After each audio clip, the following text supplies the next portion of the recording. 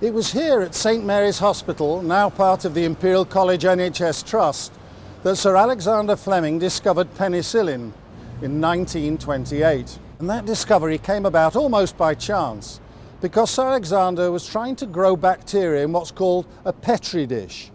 And what happened was a mould contaminated this dish and stopped the bacteria from growing. But it was some 10 years later that a different scientist pitched the key question, and that is, if you give the active ingredient of that mould, penicillin, to people who are infected by those same bacteria, could you treat them? Could you cure their infection?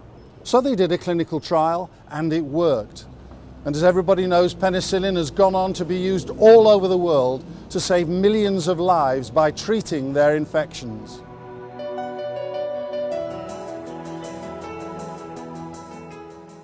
Today, clinical trials are as important, maybe even more important, than they've ever been. They're the best method of showing us what the most effective and safest way of treating and preventing diseases. But before anybody might want to get involved or volunteer for a clinical trial, what are the sort of questions that you might want to have answered?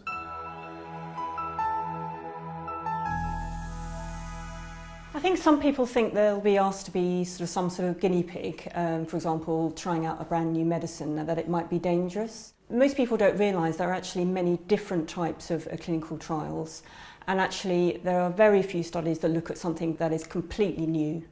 Clinical trials doesn't necessarily mean we are trying a new treatment. In actual fact, sometimes we are trying two very good treatments. The best example in my training career, I remember distinctly, the gold standard in curing patients with breast cancer was to remove the whole breast. And we knew that worked. But we also had some evidence to say that, in actual fact, removing the tumour only and keeping the breast behind was also a reasonable, good evidence to support it. Both worked, but ultimately we ended up with the results of that trial which said removing part of the breast, in other words, the tumour itself, was better from a patient's perspective, from their quality of life, than removing the whole breast. In our unit we do intervention trials, but we also do a reasonable number of observation studies where we just look at different people with different health conditions and see what happens to them. So an example of one of these studies is the POPPY trial, which is looking at people living with HIV who are over the age of 50 and comparing their health outcomes with people who are healthy volunteers who don't have HIV. So while clinical trials often use new drugs, sometimes with better understanding of the disease, for instance in ovarian cancer, why chemotherapy drugs don't work anymore, we can use drugs which are being used in other indications from other areas of, say, cancer medicine, to develop new clinical ideas and test these in clinical trials with benefit to the patient and with minimal risk.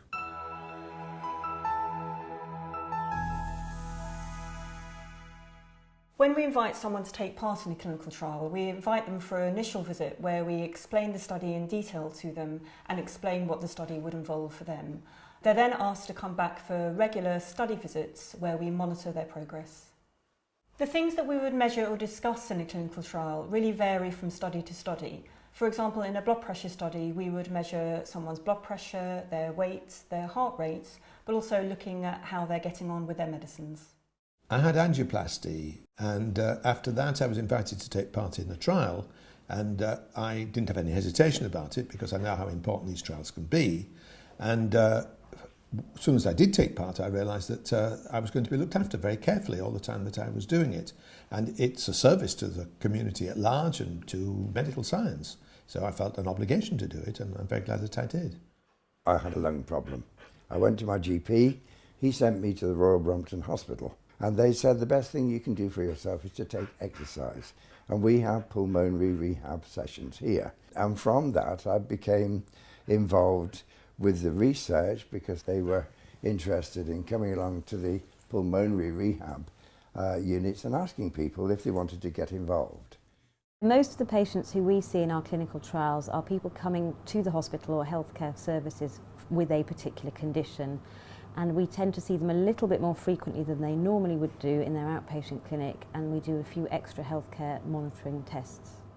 In practice, taking part in a clinical trial is often very similar to what people are already experiencing as part of their treatment.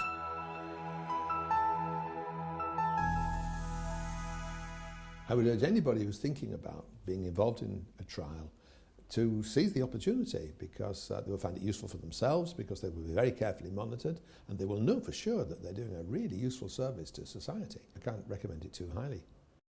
When my father died, he died of the same disease as I have, many years later, and the research that's going on at the moment to help people is just enormous and wonderful. It should be encouraged, to allow people like myself to live as long as possible, to use these facilities which were never available in my father's day, and it's all down to research that they are available now. It has made a considerable difference to my quality of life over the last 20 years.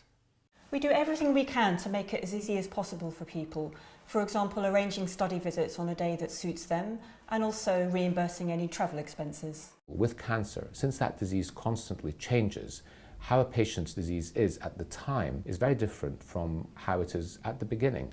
And so the treatment considerations are completely different. And therefore, new understanding about how to treat those cancers when they come back is essential for better survival of patients. Being in a clinical trial is an excellent idea, both for developing those treatments and for those patients who are receiving those treatments. I would ask every woman that's received a diagnosis of breast cancer to think very seriously about taking part in clinical trials, because really the treatment that you're about to receive, which is probably going to prevent your breast cancer coming back, is only there because other women have actually taken part in trials before you. And in a way, maybe it's the legacy that you can give to the women who come behind you. Patients and doctors want the same thing.